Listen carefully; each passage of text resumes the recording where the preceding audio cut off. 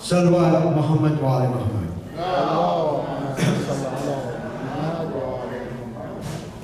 A'udhu billahi minash shaitanir rajim. Bismillahir rahmanir rahim. Alhamdulillahi rabbil alameen. As-salatu was-salamu ala ashrafil anbiya wal mursaleen. Khatamin nabiyyin. Abul Qasim Muhammad sallallahu alaihi wasallam. Brothers and sisters, assalamu alaikum wa rahmatullahi wa barakatuh. Yesterday, we briefly discussed the history of Islamic theology, which is called Ilm-e-Kalam, the scholastic debate, and which triggered because of the religious, political, and social differences among the newly formed Muslim community in Arabia. And that led to four major debates: createdness versus uncreatedness of the Quran, essence and attribute of Allah subhanahu wa ta'ala, anthropomorphism, that is giving a human trait to a non-human entity, such as Allah's face, Allah's hands, Allah sitting on the throne. And the fourth was free will versus predestination. And this debate has been going on for centuries and centuries. So the main goal yesterday was to give a background for our discussion today: free will versus predestination. So my argument is just restricted to the Quran. What does the Quran says about free will and predestination? Now, there are certain verses in the Quran that talks about the power of Allah subhanahu wa ta'ala over the universe, over the human beings. And there are certain verses of the Quran that talks about the power of Allah subhanahu wa ta'ala over the actions of human beings. Now, just imagine the two different kind of verses. One is power over the entire universe and the power over the human beings, like the creation of mankind, the creation of universe, Allah giving death to human beings, Allah summoning everyone on the Day of Judgment, Allah giving rewards or Allah giving punishments. That is the power of Allah subhanahu wa ta'ala on the universe and on the human beings. Now the second types of verses is power of Allah subhanahu wa ta'ala on actions of human beings. And there appears to be certain confusion. And the way we resolve it is, one, try to understand certain verses using some other verse. Like I told you, that method has been very extensively deployed by Allama Tabatabai in his work, Al-Mizan. He is explaining one verse with another verse. So if you're reading a verse and looking at the tafsir of Allama, then he's trying to get several verses into that. And of late, Dr. Sayyid Nasir is doing the same thing. If you're reading the tafsir of one verse, Sayyid Nasir is getting 5, 6, 7 verses to explain that one verse. And the other way of understanding is Asbab-e-Nuzul. Asbab-e-Nuzul is under, what are the circumstances under which the ayat was revealed. And for that, you have to read the biography of the Prophet. They go, the revelation of the Quran and the biography of the prophets, they go simultaneously. So let's look at the second type of verses. We are not concerned about the first type of verses in our discussion today. The second type of verses, which may have some confusion of what Allah says His power is over the action of human beings. The 100th verse of Surah Yunus, it states that it is not for a soul to believe, save by Allah's leave. That means a soul can only believe if Allah wants it. So that means if Allah wants some people to believe, they believe, and if Allah wants some people to disbelieve, they disbelieve. But disbelievers are going to hell.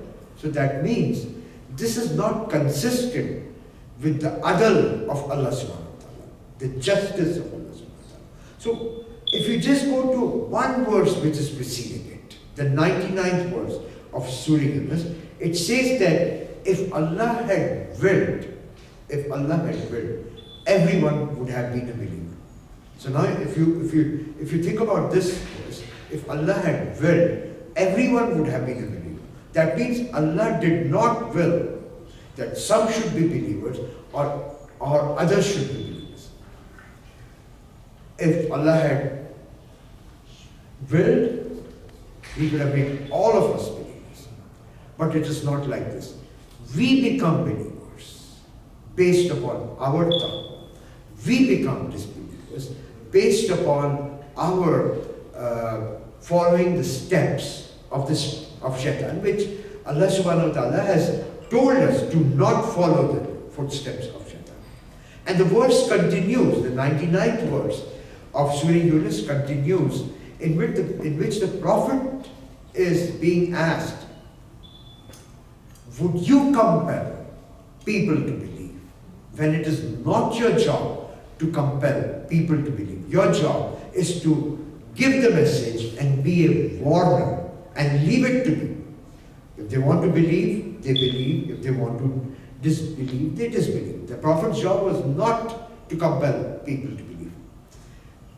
Quran goes further. In the 30th verse of Surah Araf, it states that some are rightly guided and some are deserving of errors. So now if you look at the literal meaning of that, and alhamdulillah, our ulamas have not been literalist. The literalism has come in another sect, which is the Wahhabism, who are literal. They just take the literal meaning out of it. No.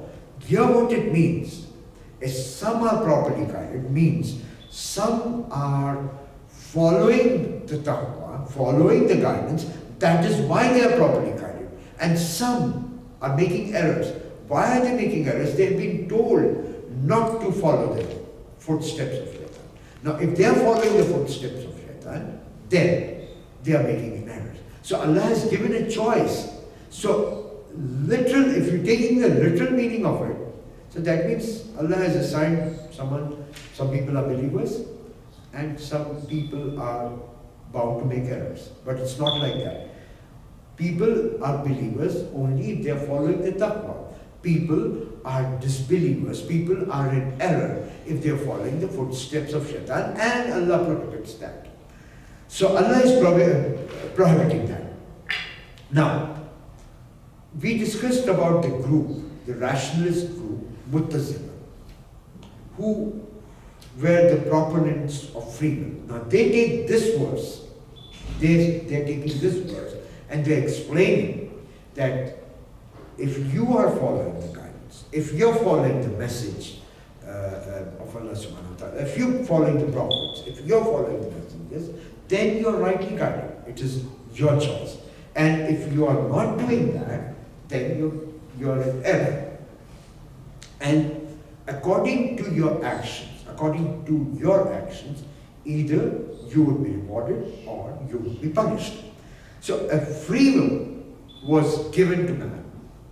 The Muttazila says a free will was given to man, and man was told to stay away from Satan.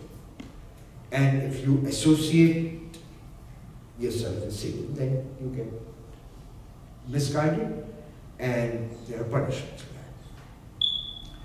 And again, there's several verses where there's an insistence that free choice is given. That the 29th verse of Surah Kahf, Allah says that some want to believe, let them believe. And people who do not want to believe, let them not believe. So that clearly implies that Allah is giving a free choice. Allah is giving a free choice to human being to believe or to disbelieve. Now,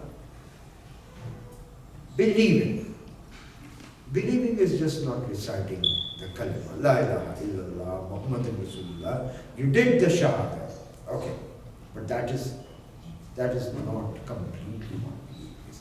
Believing is not, you take the Quran, you don't understand the Quran, and you keep reciting the Quran, and you without understanding it. Like I told you, I have that problem because I cannot understand Arabic. I can hardly read Arabic. Now I never, in the past, I never made attempts to see what my God is telling me. So then when I started getting into it, and like I've explained it to you before, what H.A.R. Gibbs had written about Quran was, Quran is very boring. And a Britisher is not going to read the Quran unless he's paid for it. But when you start reading the Quran and you start focusing, it comes into your heart. And Gibbs says that it comes into your heart because it came out of the heart of Muhammad Mustafa sallallahu alaihi wasallam. Okay. So when you are reading the Quran, when you're reciting the Quran, when the Quran is opened in front of you, it should become a mirror for you. Quran should be a mirror. When you're reading it, you should see your image in the Quran. And when Allah says do this, and you should say, MashaAllah, I do it, Alhamdulillah, I'm doing it. When Allah says do this, you should say, yes, I'm doing it. Then you're becoming a believer. That is where you're becoming a true believer, because the 92nd through the 95th verses of Surah Anam, it says, read the Quran, understand the Quran, and follow the Quran. Read the Quran, understand the Quran, and follow the Quran. And when you're following the Quran, then you are becoming a true believer. So our debate is whether the fate of man is predestined or man is the architect of his own fate. Free will versus predestination. And this debate, like I told you, has been going on for centuries. Fate, taqdeer. The taqdeer has a very big impact on human lives. I mean, we find ourselves oscillating between taqdeer and free will. Taqdeer and free will. Anything happens to us, we say, oh, it was in our taqdeer, it was in our fate, and that is why it happened. Certain things, yes. Certain things, I totally agree that they happen. God forbid if someone meets a big accident, it's taqdeer. I mean, the person was driving good, someone else came, hit that car, that is taqdeer. But if you see the oceans, if you see the mountains shaping and reshaping, or if you see the tsunami where the ocean is reshaped, or if you see the hurricanes, they are all out of control. Man is helpless. Man is helpless over there. But then, if you don't go back to the 19th century, just in the 20th century, and we have witnessed, all of us have witnessed 20th century, and we have witnessed the 21 years of this century and the marvelous inventions, the marvelous discoveries man had made. Man did that with his own free will. So that much Allah subhanahu wa ta'ala is giving it to you, that you can do that, you can achieve it. That is the free will Allah gives to you. Now, the first principle Islam lays out about taqdeer is that man is neither bound by predestination nor given a free hand. It's in between that. Like Imam Ali had said that you can stand up on one feet, but you cannot stand leaving both the feet. And that is how much you have been given, and that is the restrictions you have, the power of acquisition. Because Allah created good and bad, and He gave the power of acquisition to you, and He says now it's your choice to select the good or to select the bad. Then definitely Allah is all powerful, and the Quran says that not even a leaf falls without His will.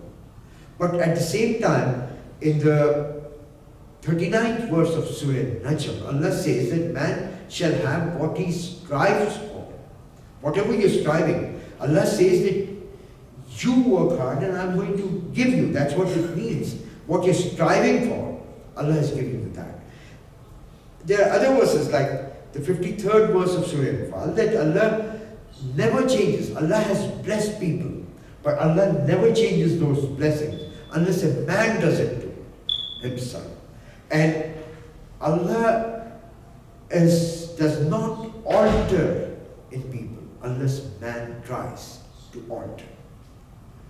If I am a lazy person, if I'm getting up at 12 o'clock, when Allah subhanahu wa ta'ala says in the Quran that I have made the nights for sleep and rest and the days to go and work, but I'm getting at 12 o'clock, I'm a lazy person. What has Allah got to do with that? It is my nature that I'm getting up at 12 o'clock, I'm not working, I'm lazy. So Allah has got nothing to do with that. Because Allah has given us, provided us all the resources. It is man who have to tap those resources, work hard, get there, excel. Now, the word taqdeer in the Quran, it does not imply predestination. Taqdeer does not imply predestination. The taqdeer explains that Allah subhanahu wa ta'ala has created things with a lot of potential. He has created things with a lot of potential. And the Prophet had said that the schema, the design of the universe, Allah had done it 50,000 years before Allah created the universe. That's one of the hadiths I have read. Now, it does not mean that Allah created blocks of things and finished it and says, look, here is the universe. Taqdeer does not mean that. Taqdeer means that the creation of universe was not accident. That is what taqdeer is. The creation of universe is not accidental, it was pre-planned. Taqdeer means the universe was pre-planned. That's why that it is predestined. The universe was pre-planned. Allah has full knowledge of everything. Allah knows how events would unfold. He knows everything. But He has not deprived us the freedom of action. Allah has not deprived us the freedom of action. And we should not interpret the foreknowledge of Allah as a predestination. When He knows everything, you don't interpret foreknowledge of Allah like a predestination. Allah never created a storehouse of events. And then like a sand clock, where things are falling, sand is falling, and events are taking place. No, Allah doesn't want that. What Allah has done, He's blessed. Because we have been talking, Allah is the most benevolent. Allah is the most merciful. He's given His blessings to everyone. He has given His blessing to everyone. He did not predestine you to hell. In fact, Adam, when He created Adam and Eve, He gave heaven to them. It was Adam and Eve's action which got them. Because after creating Adam, He said, do not go near that tree. That was Allah's order. But what did Adam do? He got swayed by Satan. That was the first sway of how Satan sways. Satan swayed and Allah sent Adam and Eve to the earth. Allah's intention, if you see, that Allah had given the garden to Adam and Eve. So for all of us, Allah does not want for us to be in hell. We take ourselves to hell. As long as we are genuinely following the guidance Allah has given us, Allah is merciful. Mistakes we make, like we have been discussing the mercy of Allah. Allah's justice is fully tempered with mercy. And it is up to us in which direction we tread. So let me summarize. One is, Allah has never predestined us to go to hell. He has only good intention for us and mercy for us. Second, Allah has given us free will and guidance. He gave free will and He also gave guidance. If we use our free will and follow the guidance, then we are taking ourselves and we can reach the providence. If we are using the free will and following the footsteps of Satan, then hell awaits us. Salawat Muhammad wa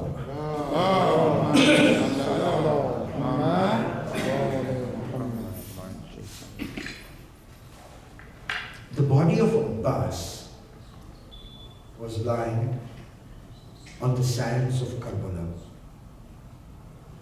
And I have heard, and I've read, I've heard from my elders that when people are about to die, they get flashbacks of important events that took place in their lives. And it is my imagination that Abbas must be getting a flashback of him being 3 years old and following his brother Hussein in the lanes of Medina. When his father, Ali ibn Abi Talib, was giving a khutbah in Majlis al-Kufa, Abbas was looking at the face of Hussein. And he saw that Hussein's lips were dry. Abbas walked out of the masjid while his father was giving the khutbah, and he walked out and he came back. He was a child, he came back with a glass of water, a tumbler of water, because he had seen his brother's lips being dried.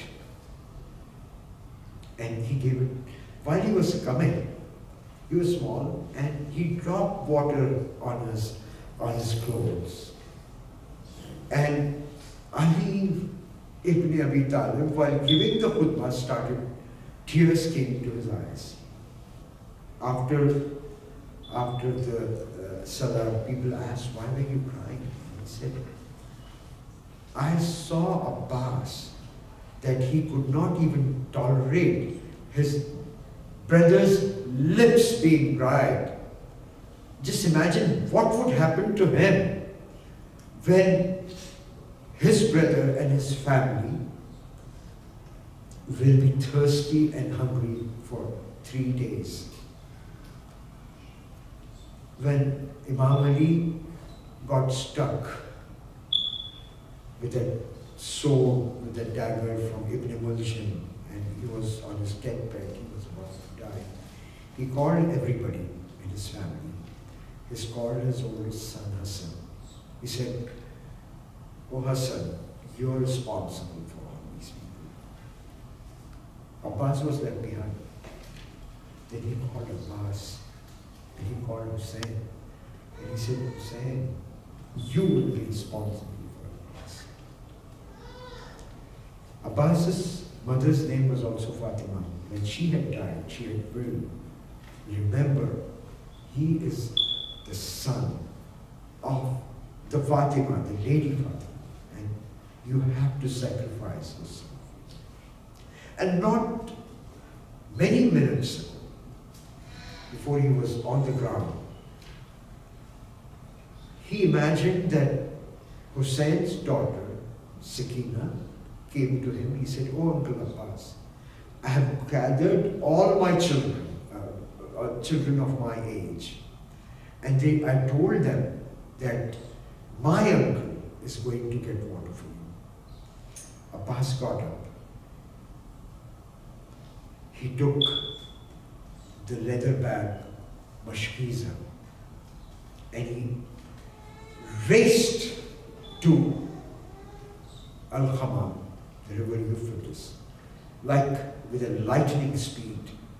And that was the son of Asadullah, Ali ibn Abi Talib, the Lion of God.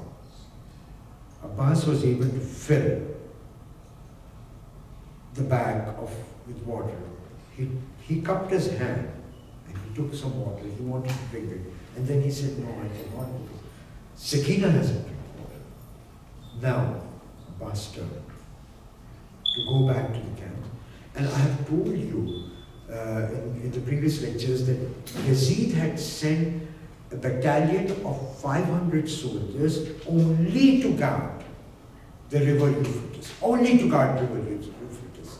And Umar ibn Sa'd said that if Abbas takes this bag of water to the camp, which is Yazid's defeat, because he had said there's so much torture on the family of the Prophet, that he sent 500 soldiers to guard the Euphrates. So there was an attack on Abbas, and hundreds of soldiers attacked. And their goal was only the bag of water. And in that process, Abbas lost his hand, and swiftly Abbas moved the bag from his right hand to the left hand. Now, 3 days of thirst, 3 days of hunger, lost his hand, and still he kept going. He could fight, but still he was wasting too much. And one criminal stuck on his second hand. And swiftly Abbas took the bag in his teeth, and he lost both his hands. And finally, there was one Yazidi soldier who used an arrow which pierced the bag of water, and that's where Abbas lost his hold. Abbas came on the ground. Hussein came searching for Abbas. Hussein found Abbas. Hussein wanted Abbas's head on his lap. Abbas said, "No, my brother, no, my master, I do not want my head on your lap." Hussein said, "Why?" "Because I think after a few minutes, there won't be anybody to take your head on his lap. Your dead body will be lying like that." Abbas said, "Please do a favor for me. Please remove the arrow in my eyes." And the other eye, Abbas had blood that had clotted. "Please remove the blood so that I can see for the last time." Hussein did that and said, "Please do another favor for me." Hussein asked, "What?" "Please do not take my body to the camp, because even my body, my dead body, will be ashamed of Sakina. I was not able to fulfill my thoughts." Since the childhood, Abbas used to call Hussein my master. And Hussein said, Abbas said, I have a wish from you. Abbas said, what can I do, my master? He said, once call my brother. Abbas said, Ya Akhi, twice. And he breathed his last.